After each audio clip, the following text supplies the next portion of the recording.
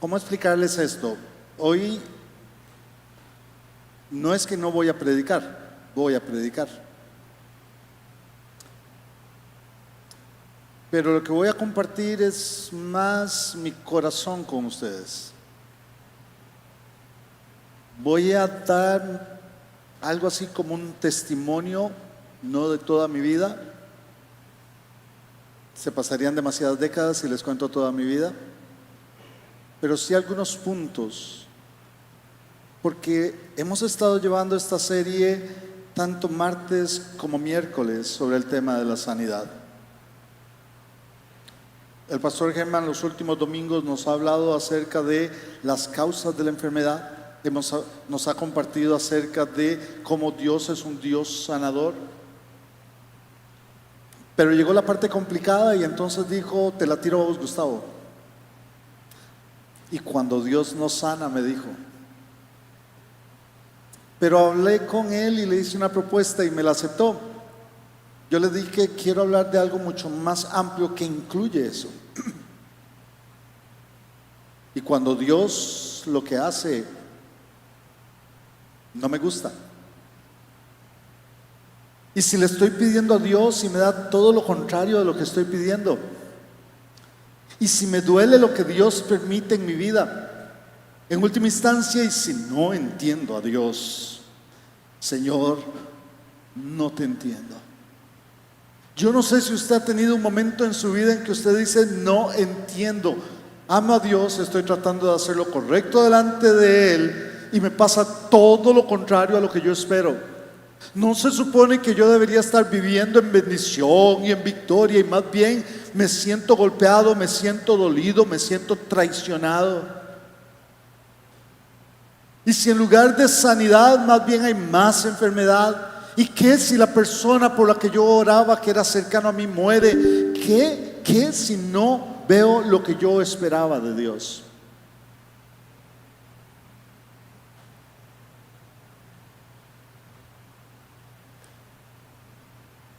Voy a compartirles en este momento una foto. Estamos sin pantalla y dicen que ya viene. Quiero compartirles una foto que es una foto especial para mí. Vamos a dar solamente un momento para ver si aparece en pantalla. Están reiniciando.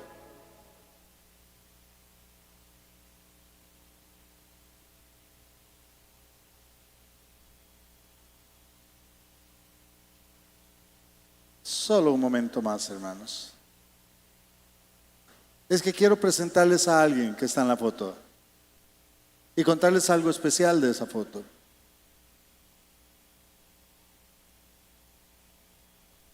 Y esa no es la foto.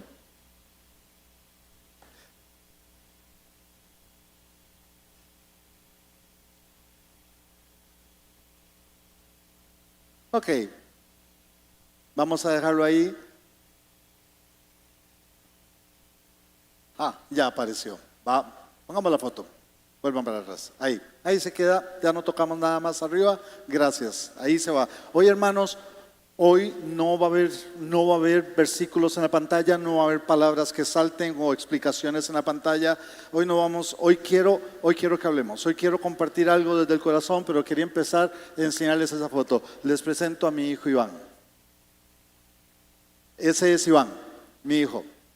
Esa foto se la tomó en un lugar en Costa Rica que se llama Territorio Zaguate. En buen salvadoreño la traducción sería Territorio Aguacatero. Eso es como se llama, Territorio Aguacatero. Es un lugar donde llevan perros de la calle y ahí los cuidan, les dan de comer, los atienden, y él se fue de voluntario. Cuando nos mandó esa foto, nos mandó a decir que ese había sido el día más feliz que él había tenido en su vida. Pasó el día con los perros y su reflejo. Si ven unas cosas en la cara es porque unos días antes le habían quemado unos puntos que tenía ahí, pero él se fue a jugar con los perros, a llenarse de pulgas, y la pasó feliz. ¿Qué tiene de especial también esta foto? Esta fue la foto que imprimimos. La hicimos en grande y la pusimos el día de su funeral. Iván murió hace 11 años.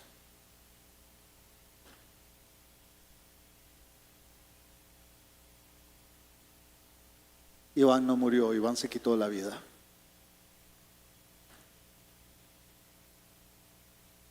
Cuando te encuentras que tu propio hijo entró en una depresión y toma su propia vida,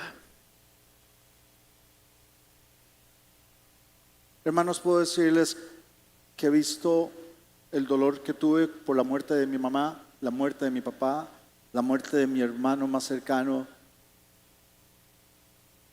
No puedo pensar en dolor más grande que la muerte de un hijo. Y yo sé que algunos aquí ya han tenido que pasar ese dolor y me entienden cuando les digo del dolor de la muerte de un hijo. Su funeral fue el día de su cumpleaños 25. Lo encontramos, su cuerpo, cuando fuimos a buscarlo porque íbamos a ir a celebrar el Día del Padre. Tenía unos 5 días de haber muerto. No tuvimos la oportunidad de dar el abrazo final y el beso final. Su cuerpo estaba deforme y con olor ya de podredumbre.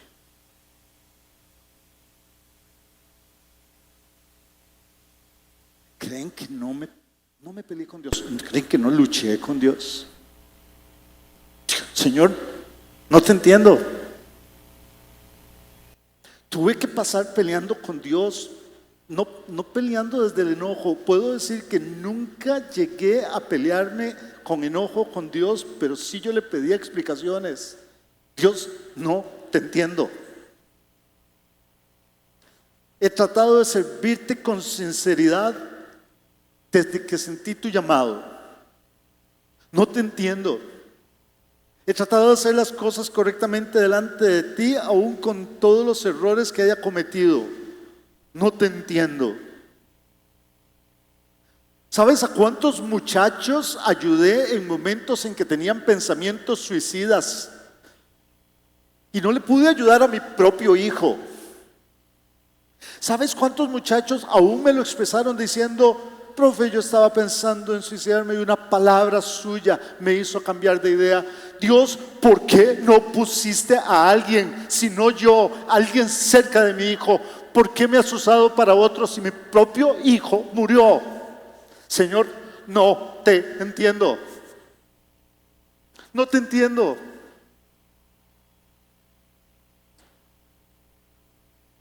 La muerte de mi hijo hace 11 años fue el terremoto más grande que yo haya tenido en mi vida. Se me vino abajo todo. Se me vino abajo todo. Lo único que no se me vino abajo fue mi Dios.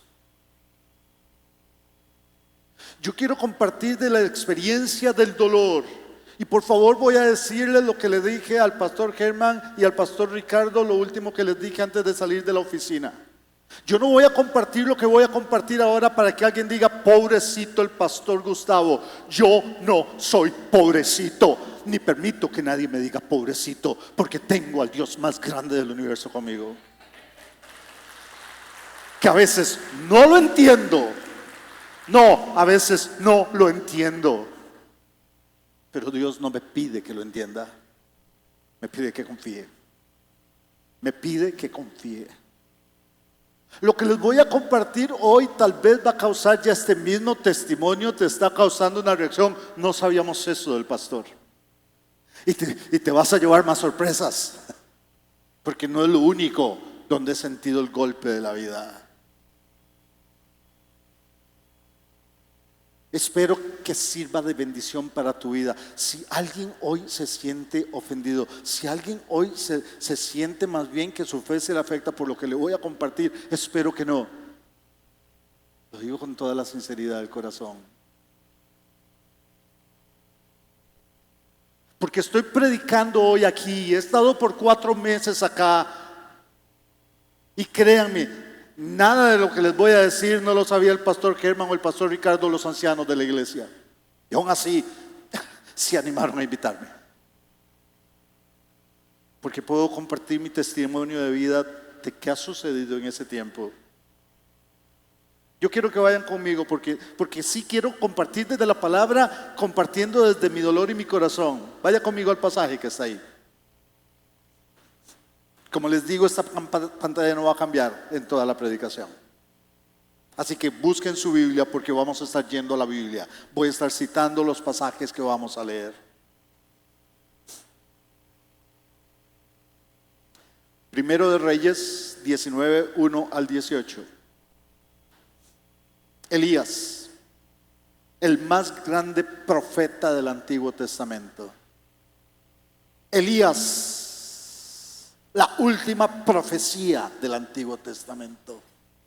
Elías, el que todo mundo confundió si Jesús era Elías que había regresado. Elías, el que estuvo junto con Jesús, con Moisés en la transfiguración. Elías, el que en lo personal tengo la convicción que volverá porque es uno de los dos testigos del Apocalipsis. Elías, uno de los hombres más grandes de la Biblia. Elías, el que acaba de ver cómo bajó fuego del cielo y consumió el altar. Elías, el que acaba de ver cómo una oración de él bajó agua del cielo después de tantos años de sequía. Ese mismo Elías del que Santiago nos dice que estaba sujeto a las mismas pasiones que usted y yo tenemos, es el de esta historia del capítulo 19. Acab dio a Jezabel la nueva de todo lo que Elías había hecho y de cómo había matado a espada a todos los profetas. Entonces envió Jezabel a Elías un mensajero diciendo: así me hagan los dioses y aún me añadan, si mañana a estas horas yo no he puesto tu persona como la de uno de ellos. Viendo pues el peligro, se levantó y se fue para salvar su vida, y vino a Beerseba, que está en Judá, y dejó allí a su criado. Y él se fue por el desierto un día de camino, y vino y se sentó debajo de un enebro, y deseando morirse, dijo: basta ya, oh Jehová, quítame la vida, pues no soy yo mejor que mis padres. Y echándose debajo del enebro, se quedó dormido. Y he aquí luego un ángel le tocó y le dijo: levántate, come. Entonces él miró, y he aquí a su cabecera una torta cocida sobre las ascuas y una vasija de agua, y comió y bebió y volvió a dormirse. Y volviendo el ángel de Jehová la segunda vez le tocó diciendo: levántate y come, porque largo camino te resta. Se levantó pues y comió y bebió, y fortalecido por aquella comida, caminó 40 días y 40 noches hasta Horeb, el monte de Dios. Y allí se metió en una cueva, donde pasó la noche. Y vino a él palabra de Jehová, el cual le dijo: ¿qué haces aquí, Elías?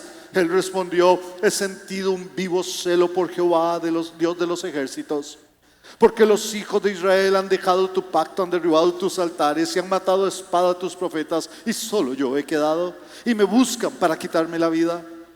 Él le dijo: sal fuera y ponte en el monte delante de Jehová. Y aquí Jehová que pasaba, y un grande y poderoso viento que rompía los montes y quebraba las peñas delante de Jehová. Pero Jehová no estaba en el viento. Y tras el viento un terremoto, pero Jehová no estaba en el terremoto. Y tras el terremoto un fuego, pero Jehová no estaba en el fuego. Y tras el fuego un silbo apacible y delicado. Y cuando lo oyó Elías, cubrió su rostro con su manto y salió y se puso a la puerta de la cueva. Y aquí que vino a él una voz diciendo: ¿qué haces aquí, Elías? Él respondió: he sentido un vivo celo de Jehová, Dios de los ejércitos, porque los hijos de Israel han dejado tu pacto, han derribado tus altares y han matado a espada a tus profetas, y solo yo he quedado. Me buscan para quitarme la vida. Y le dijo Jehová: ve, vuélvete por tu camino por el desierto de Damasco, y llegarás y ungirás a Hazael por rey de Siria, y a Jehú hijo de Nimsi ungirás por rey sobre Israel, y a Eliseo hijo de Safat de Abel Meola ungirás para que sea profeta en tu lugar.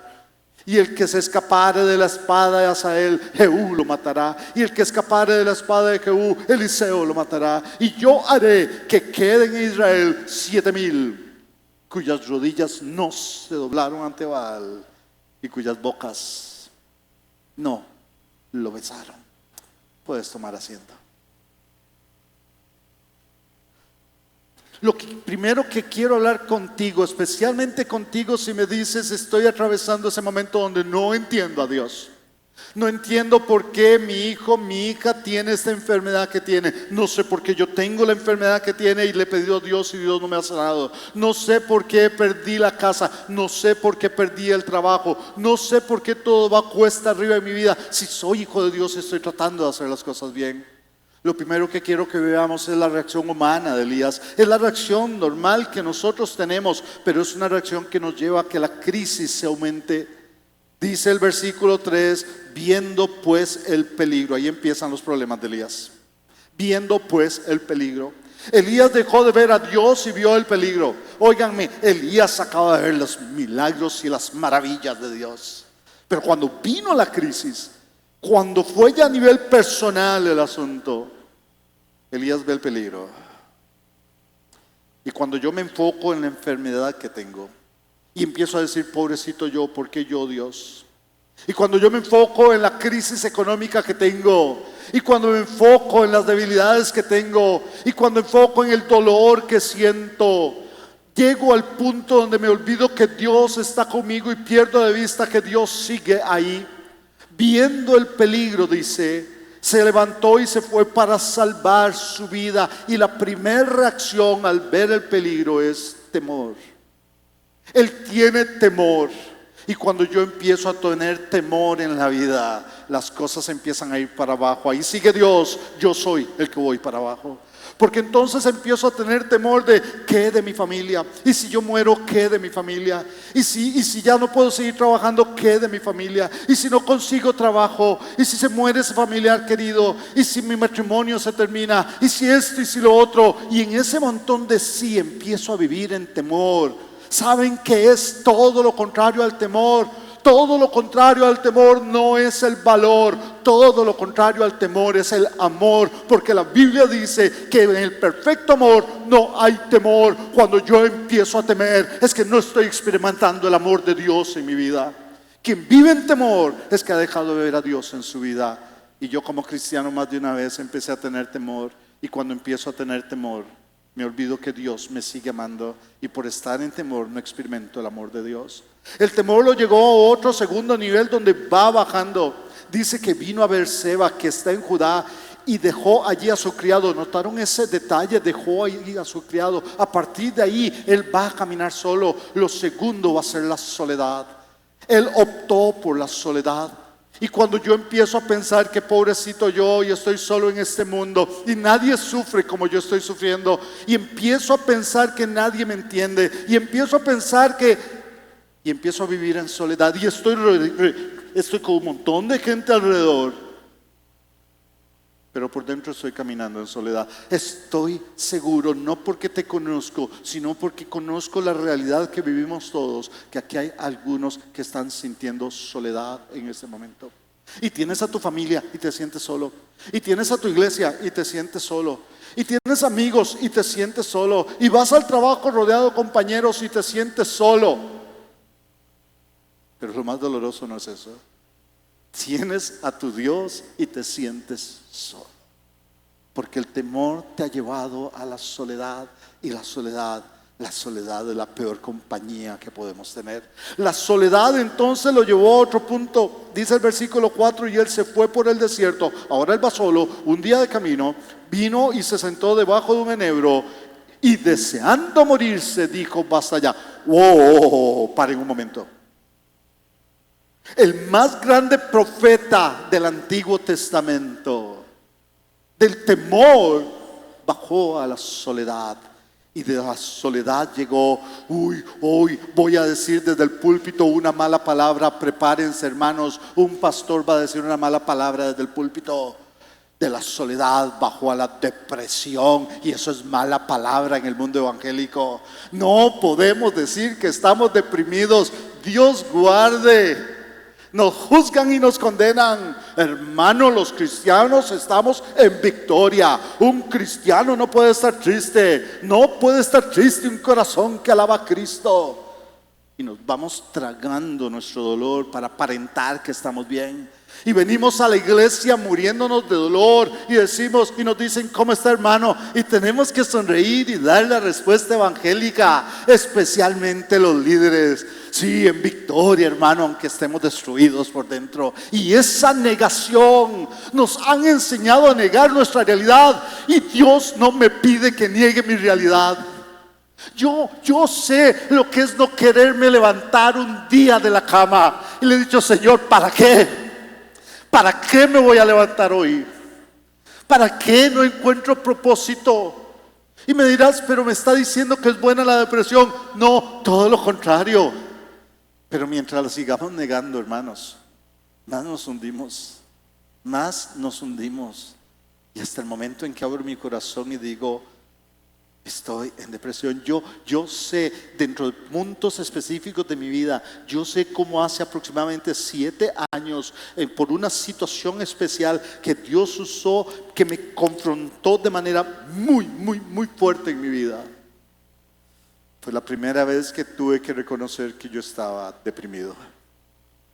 Sí, después de más de 30 años de ser pastor y misionero. Pecado, hermano. Sí, dígalo, llámelo como quiera.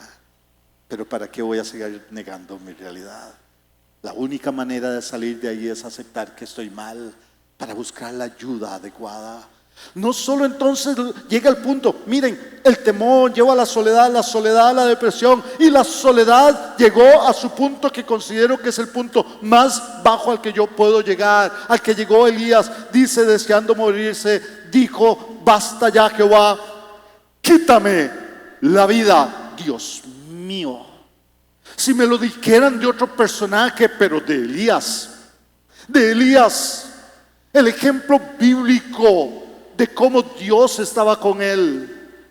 Porque entonces Elías, en ese cuarto escalón hacia abajo, llegó a la desesperanza. Y hermanos, cuando alguien llega a la desesperanza, cuando alguien ya pierde la esperanza, para mí ya está en el punto más crítico al que puede llegar. Doy gracias a Dios porque no me permitió llegar a la desesperanza. Doy gracias a Dios porque cuando sentí que había tocado fondo, no había tocado fondo.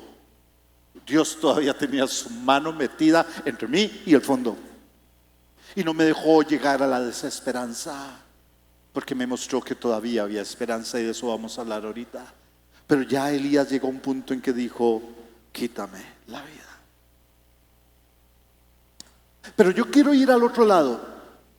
Ya no lo que Elías hizo de cómo fue descendiendo. Ahora quiero ver al Dios que aparece en escena, porque en ese punto más crítico de Elías, señores, aparece Dios en escena.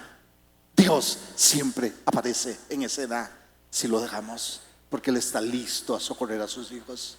Y es entonces donde encuentro 3 principios en la vida de Elías que Dios la ha usado en mi vida.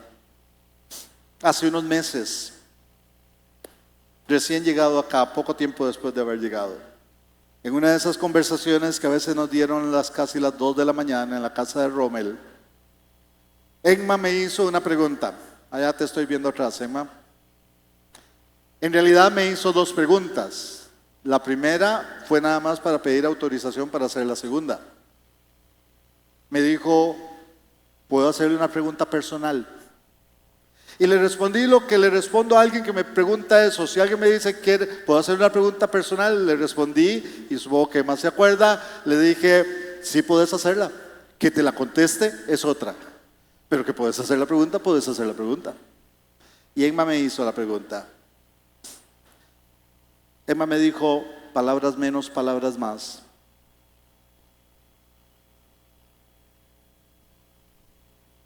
Porque siempre está alegre. Porque más bien nos transmite alegría y nos transmite paz. Si sabemos las cosas que le han pasado en la vida. Emma, te voy a contestar hoy.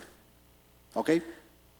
Te voy a contestar desde la experiencia de Elías, porque la experiencia de Elías yo la he vivido y no he sido el único, hermanos. Yo no estoy aquí como, no, aquí hay muchos que han vivido esto y que dan testimonio de que han vivido esto.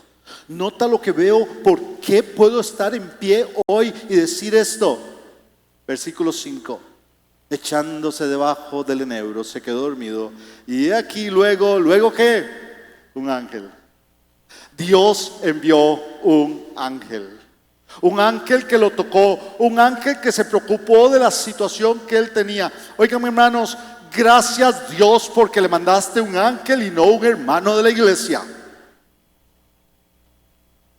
Porque algunos hermanos hubieran llegado a decirle: Elías, ¿no era que eras un hombre de fe?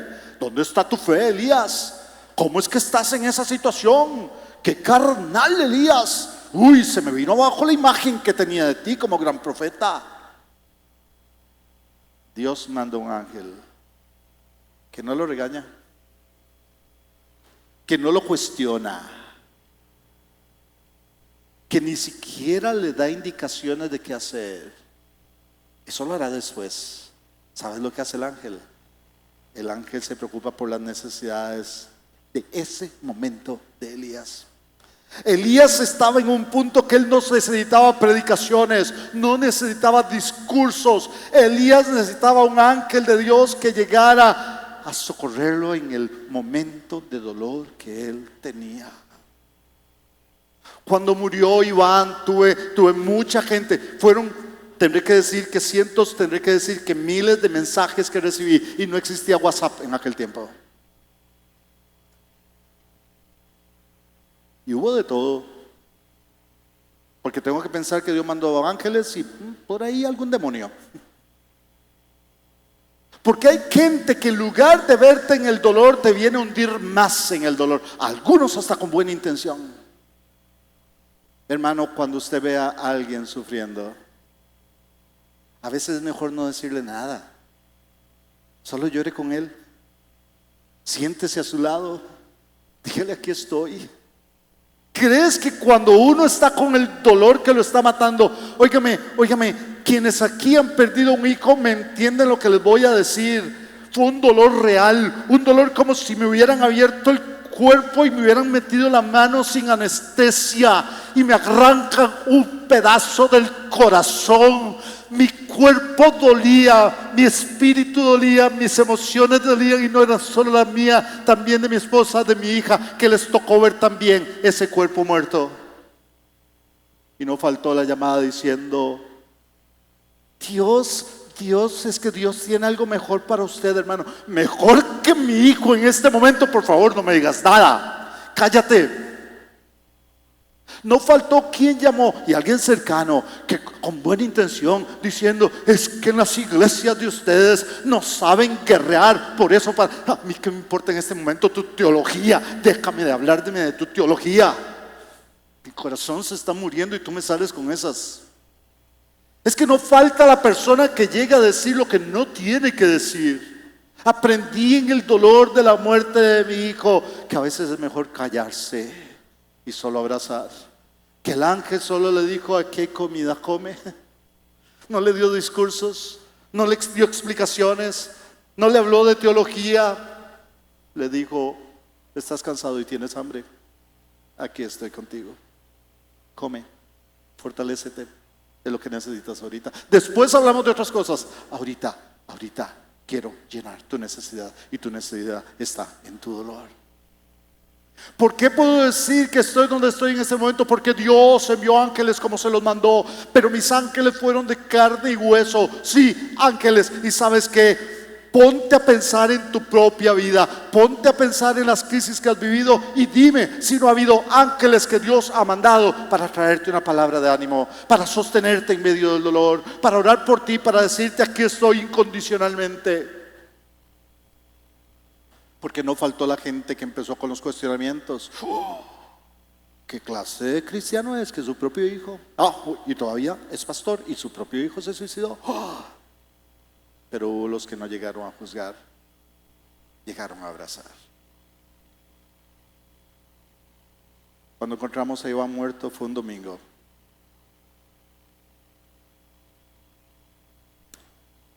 Fue el Día del Padre. Lo fuimos a buscar para celebrar el Día del Padre y su cumpleaños, que era pocos días después. Te hago un paréntesis. Cuando llegué aquí hace 4 meses, le dije a Germán, nada más toma en cuenta que el Día del Padre, y Germán me dijo, tranquilo, yo lo sé. Yo el Día del Padre no lo celebro. No entro en crisis, no entro en depresión. El Día del Padre, el fin de semana de cada año, desde que murió mi hijo, es un tiempo mío con Dios. Y Germán me dijo, ni vas a predicar, es más, voy a hacer arreglos. Hizo arreglos. Miguel, Cintia, gracias, porque también fueron ángeles que me prestaron la cabaña en Apaneca, y ayer me fue el fin de semana del Día del Padre. Como cada año, yo digo, me encuevo. Es un tiempo mío con Dios para seguir valorando lo que ha hecho Dios desde entonces. Pero cuando nosotros lo encontramos muerto, yo hice pocas llamadas. Llamé a mi hermano para que él hablara con mi familia. Llamé a mi cuñada para que ella hablara con la familia de mi esposa o ex esposa. Llamé a mi jefe para que él hablara con la organización. Punto. No estaba en condiciones de hablar con nadie. Y lo único que les pedí fue, díganle a todos que no nos llamen hoy. No queremos que nuestro teléfono suene. No queremos que nadie llegue a nuestra casa. No queremos. Y nos fuimos para la casa. Sabíamos que no íbamos a dormir. Yo ni sé por qué nos pusimos pijama. Por la costumbre. Pero no dormimos. Pasada la medianoche. Bueno, ni siquiera tocar un timbre. Sonó el timbre y la reacción primera fue, necios. Dije, no queremos hablar con nadie. Es que todavía no lográbamos procesar lo que acabábamos de ver. Fuimos a abrir la puerta con enojo, con ganas de decirle a quien tocó la puerta, ándate. Pero cuando abrí la puerta, tuve que levantar los ojos porque el que estaba ahí era Richard. Richard probablemente es 1,80, 80 y algo. Richard es de las personas más cercanas que tuvimos en Estados Unidos. Y todavía sigue siendo alguien muy cercano para mí. Les cuento para atrás la historia de Richard. 12 años antes habíamos llegado a Estados Unidos y pocos meses después de que nosotros llegamos, murió el hijo adolescente de Richard y Nora. Era de la misma edad de Iván. De hecho, habían ya hecho amistad porque eran de la misma edad. Murió de manera natural, no estaba enfermo. Se desvaneció en un campamento y murió. La preocupación de todos en la iglesia y los amigos es que Richard no lloró. Richard es un hombre que cuesta que exprese sus emociones, es una gran persona, pero Richard no lloró la muerte de su hijo. Se lo aguantó. No lloró en ningún momento la muerte de su hijo. Richard y Nora amaban a Iván, tal vez porque identificaban a Iván con su hijo, pero amaban a Iván. Cuando Richard se dio cuenta de lo que había sucedido, a Richard no le importó nuestra solicitud. Richard se fue para la casa. Nada más abrimos la puerta.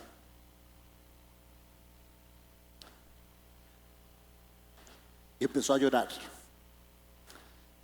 12 años después, Richard empezó a llorar. Se le vino con la muerte de Iván todo el dolor de la muerte de su hijo. Durante esa madrugada, en la sala de nuestra casa, lo único que hizo Richard fue llorar con nosotros. Llorar por su hijo, llorar por Iván.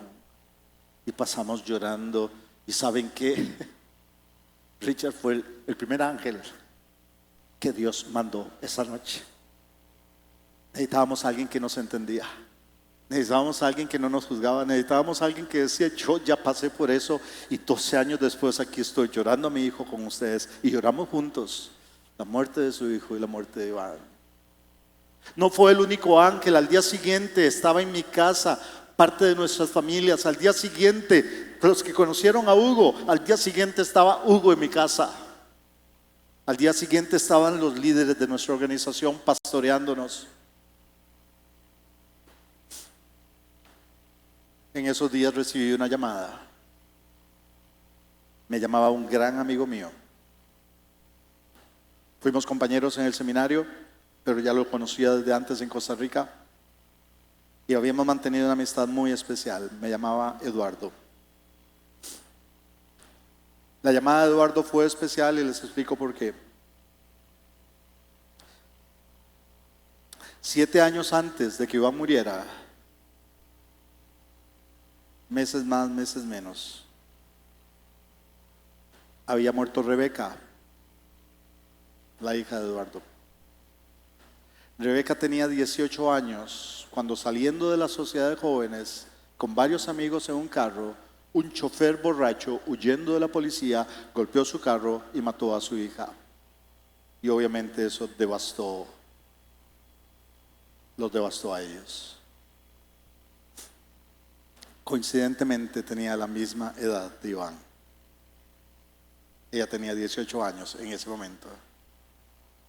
Apenas me di cuenta de eso, yo estaba en un viaje misionero, estaba en Minnesota.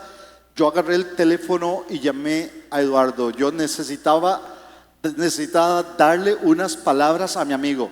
Y en mi mente dije: tengo que decirle esto, esto y esto. Pero cuando Eduardo me contestó al otro lado, él, devastado por el dolor que estaba viviendo, hermano, no supe qué decirle, me quedé congelado. Toda la vida he sido, no toda la vida, pero buena parte de mi vida he sido pastor. Y los pastores se supone que tienen una palabra oportuna en los momentos difíciles de la gente.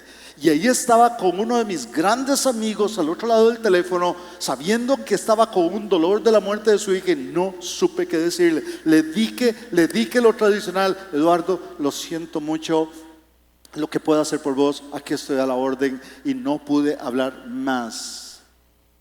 Y después me sentí tan mal porque no tuve una palabra para Eduardo. Ahora era Eduardo el que me estaba llamando. Y se lo dije una vez que nos vimos años después: la gran diferencia entre mi llamada y la tuya es que vos sí sabías lo que podías decirme, porque ya lo habías vivido. Y Eduardo no me dio un discurso. Eduardo solo me dio unas palabras diciendo: aquí estoy, yo te entiendo, aquí estoy. Un par de semanas después llegó un paquete con esas compañías de distribución de paquetes.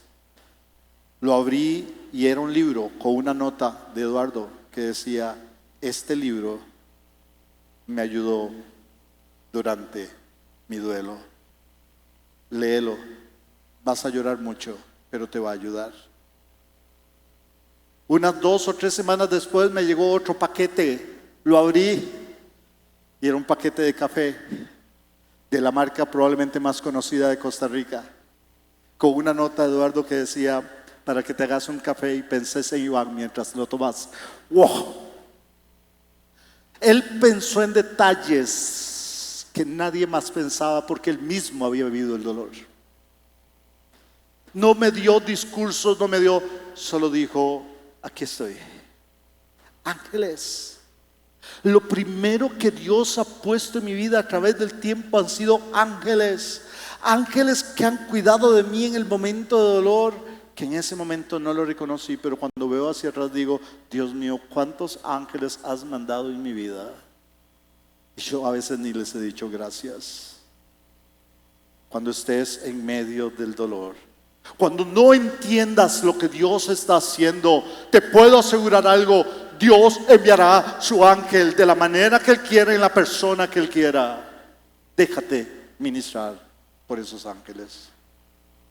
Lo segundo que veo en el pasaje es que además de que Dios envía ángeles, Dios abraza. Y es la escena fabulosa de cómo Él está parado y viene el viento, pero Dios no estaba en el viento, y el terremoto, y Dios no estaba en el terremoto, y el fuego, pero Dios no estaba en el fuego. Y después viene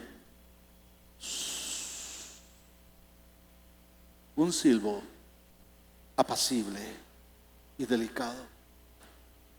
He leído muchas interpretaciones de por qué Dios se presentó en el fuego, en el viento, en el terremoto, pero después en realidad estaba en el silbo apacible. Les doy mi propia versión, que no es mía, es de alguien más. Es que Dios entendía el momento de Elías. En otro momento de su vida, Elías necesitaba ver el poder de Dios, y Dios se lo mostró. ¿Quieres ver mi poder? Bajará fuego del cielo. Y Elías vio el poder de Dios. Se murió la mujer, el hijo de la viuda donde estaba, y Dios resucitó a ese hijo. No había comida, y Dios multiplicó la harina y el aceite. Elías había visto el poder de Dios, pero en ese momento Dios sabía que lo que Elías necesitaba era un abrazo, no su poder. Y vino un soplo, un silbo apacible, algo que le trajera paz a Elías: el abrazo de Dios. Y cuando yo pienso en esto es donde yo digo: sí, yo he sentido el abrazo de Dios.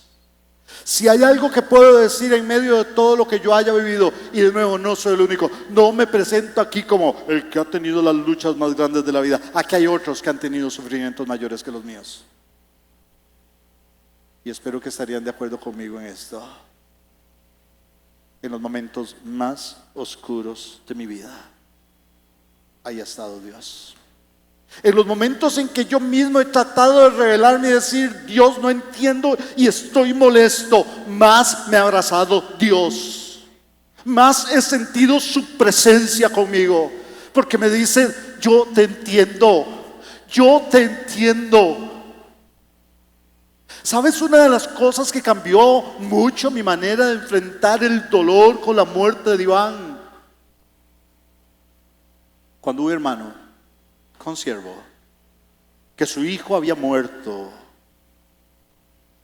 llegó y me dijo: Gustavo, tal vez esto no te ayude, pero a mí me ayudó.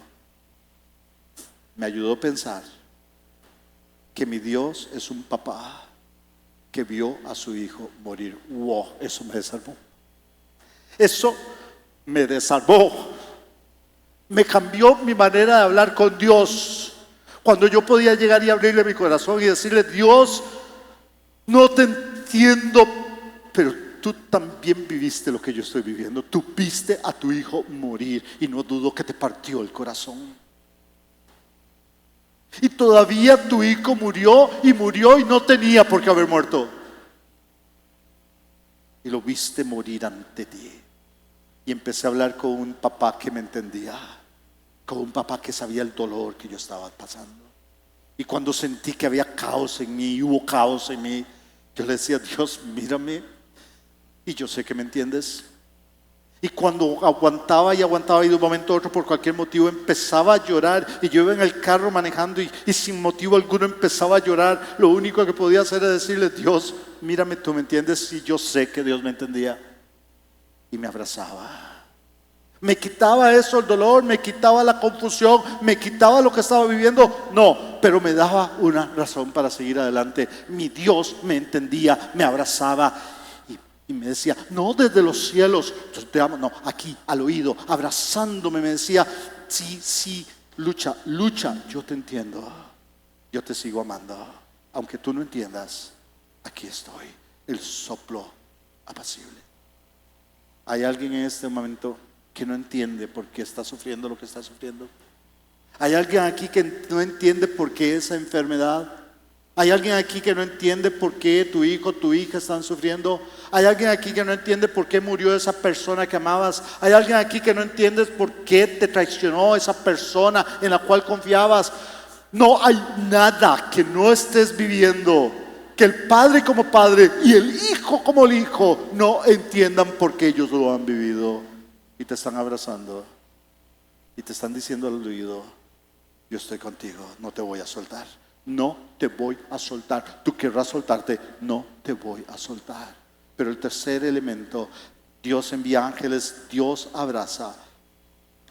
Pero en el versículo 7, vuelvo hacia atrás,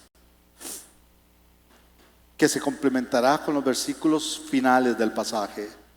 Dice que el ángel de Jehová lo tocó diciendo: levántate y come, porque largo camino te resta. Elías, en medio de la confusión y el dolor, dijo: hasta aquí llegué, quítame la vida, no veo nada más que yo tenga que hacer aquí en la tierra. Y Dios le dijo: Elías, levántate, porque largo camino te resta. Elías, tú no eres quien va a decidir cuándo se termina tu vida, yo lo voy a decidir. Tú no vas a decidir cuándo termina tu ministerio, yo lo voy a decidir. Tú no decides el futuro, tu futuro me pertenece. Tú levántate y sigue adelante, porque todavía tengo propósito para ti. Y ese fue el tercer elemento que Dios en algún momento del dolor me dio propósito.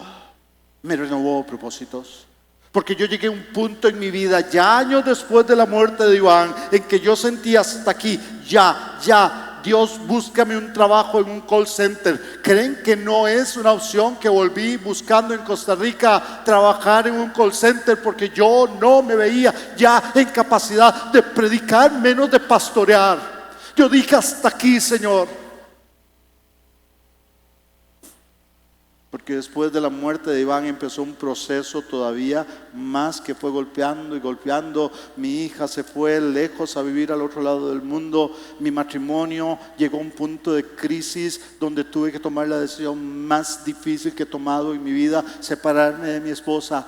Y terminó en divorcio, no porque yo lo quisiera, pero terminó en divorcio. Y me veía a mí, sí, yo sé que algunos aquí están diciendo: uy, el hermano que predicó sobre familia. Sí, soy yo. Sí, soy yo. Hace 7 años ni loco hubiera aceptado venir a predicar acá. Hace 7 años regresé a mi país literalmente arrastrando los pies, pensando que todo había terminado, pensando que lo que me quedaba de vida era trabajando en algo, pero nunca sirviéndole al Señor. Pero Dios dijo: Gustavo, levántate, porque largo camino te resta. Tú no decides cuándo voy a dejar de usarte. En ese momento no lo entendí, pero Dios me mandó otro ángel, un ángel que tiene nombre, llamado Alfredo, director del colegio donde yo había trabajado 25 años antes. Y rompiendo los esquemas, sabiendo él, porque no le escondí nada de cómo estaba yo en ese momento, me dijo: venite a trabajar al colegio. Y el colegio me abrazó, y Alfredo me abrazó, y mis compañeros de trabajo me abrazaron, y los chicos del colegio me abrazaron. Y de un momento a otro, poco a poco, no me pregunten en qué momento cambió el asunto. En un momento dado me vi predicando de nuevo en el colegio y dando consejería de nuevo. Y cada vez que yo entraba a la oficina de Alfredo para hablar de asuntos del trabajo, lo primero que Alfredo siempre hizo fue preguntar: ¿cómo estás, Gustavo? Porque él se preocupaba por mí, no por lo que yo estaba haciendo. Y tuve compañeros que me abrazaron, y cuando vinieron los momentos de dolor, allí estuvieron. Y cuando entré en una crisis personal y llegué a la oficina de Alfredo, le dije: ya no, Alfredo, aquí está mi renuncia. La agarró y le dijo: en un mes la vemos, andate, te damos un mes libre. Es más, si quieres, el colegio paga, andate a donde quieras, el colegio paga. Y un mes después volví, y Dios había trabajado conmigo ese mes. Él ha puesto ángeles que me han mostrado. Y ¿sabes qué? De un momento a otro vinieron jóvenes diciéndome: profe, no tengo sentido de vivir, yo preferiría estar muerto.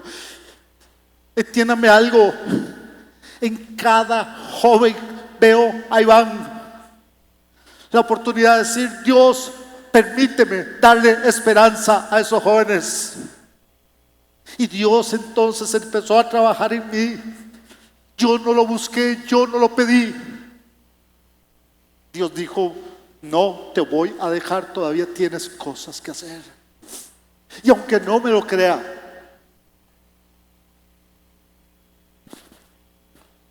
llegó una pareja a decirme: Gustavo, una pareja, conocidos míos, estamos en una crisis como pareja,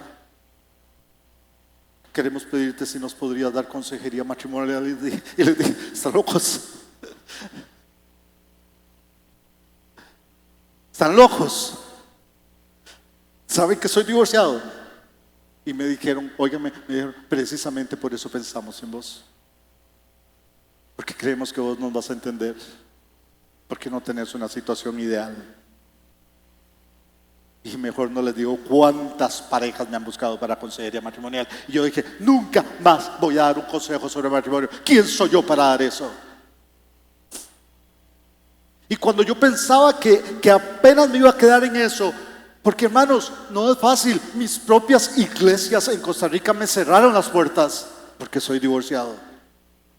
No vieron a ver si estaba bien espiritualmente, si todavía podía servir. Dios tiene una visión, otros tienen otra, y no me quejo ni los condeno. Pero hace poco más de un año Dios me trajo otro ángel que me llamó diciendo: tenemos el aniversario del auditorio, vendrías a predicar. Y yo le dije: Germán, Germán, ¿sabes cuál es mi situación? Me dijo: sí, y en el consistorio la sabemos, pero creemos que Dios te va a usar. ¿Quieres venir a predicar al aniversario? Y sabiendo todo ese pasado, me invitaron hace un año. Y sabiendo todo eso, todavía tuvo la osadía de decirme: te vendrías 2 meses, que se convirtieron en 3, que se convirtieron en 4 y que casi van para 5.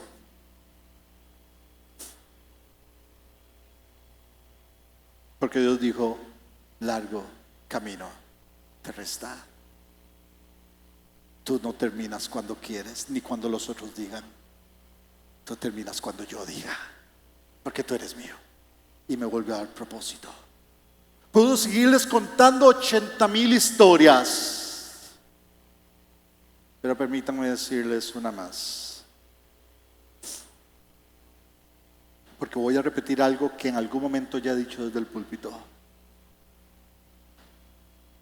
Yo no sé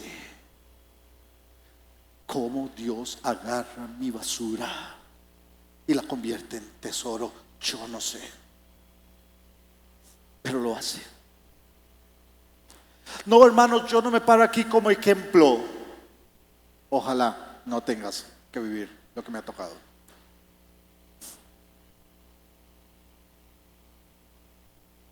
Pero un domingo en la mañana me llamaron por teléfono. Me estaba preparando para ir para la iglesia y me llamaron por teléfono. Una persona que yo no conocía, de un teléfono desconocido para mí, una voz femenina me dijo: ¿usted es el profesor Gustavo? Sí.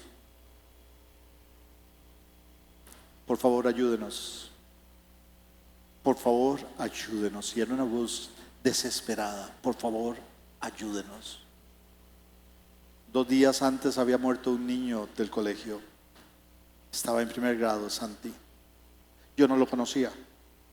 Vamos, no conocía a todos los estudiantes, menos a los chiquitillos de 1er grado. Pero claro, fue un golpe muy fuerte. El viernes había tenido un accidente en la casa.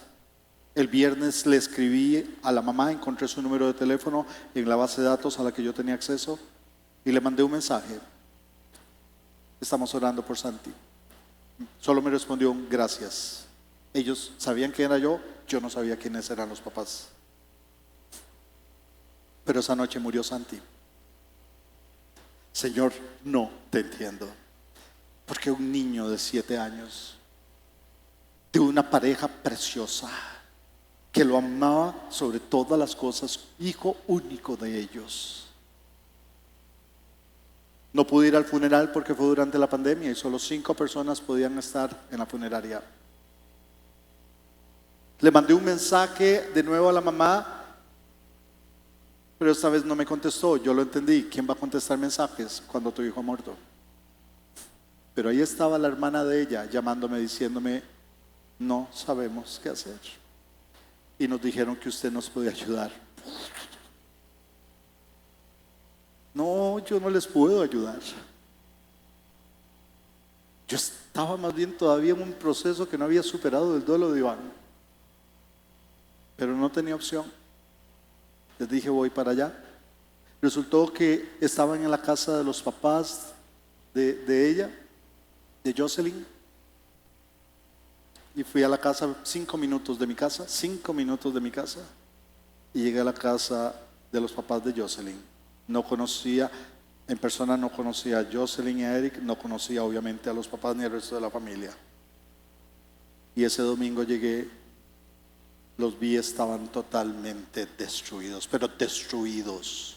Físicamente estaban destruidos. Y yo no tenía respuestas. Y lo único que hice ese domingo fue lo que hizo Richard conmigo.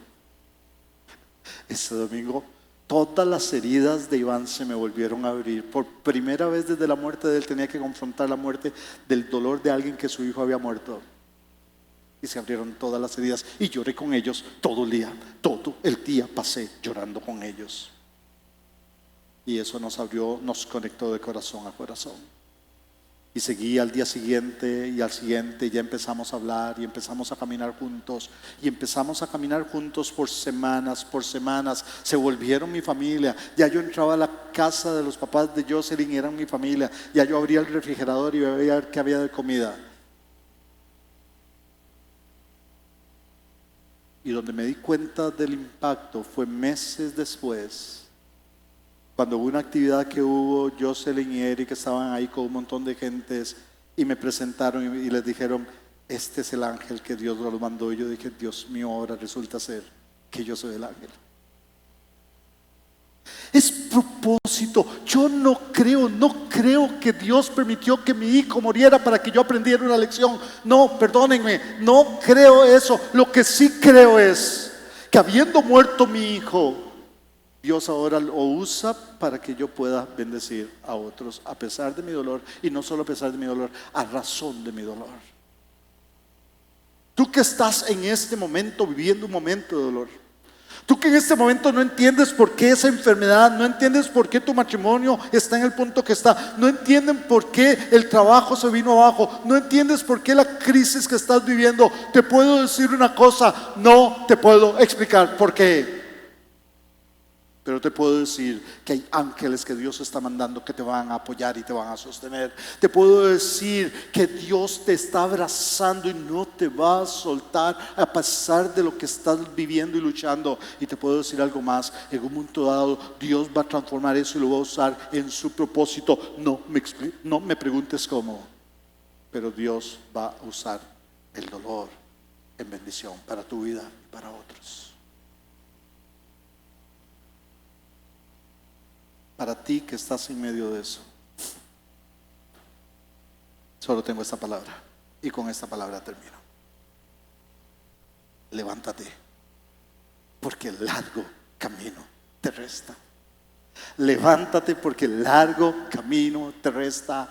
Levántate porque el largo camino te resta. Aquí no se terminó. Aquí empiezas a ver la mano de Dios. Haya sanidad o no haya sanidad, haya solución o no haya solución, se solucione tu problema matrimonial o no se solucione, encuentres trabajo ahora o pases 2 años sin trabajo, Dios está contigo. Levántate porque el largo camino te resta. Padre, en el nombre de Jesús, oro porque aquí hay gente que está con dolor.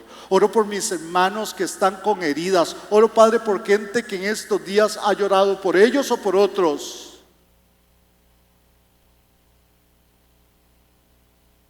Padre, muéstrale que en ti hay respuesta. Muéstrale, Padre Santo, que en ti hay respuesta. Si esta mañana viniste acá cargando tu dolor y no entiendes por qué, ya te dije, yo tampoco te lo puedo explicar. Lo que te puedo decir es que Dios no te ha soltado, ni te va a soltar.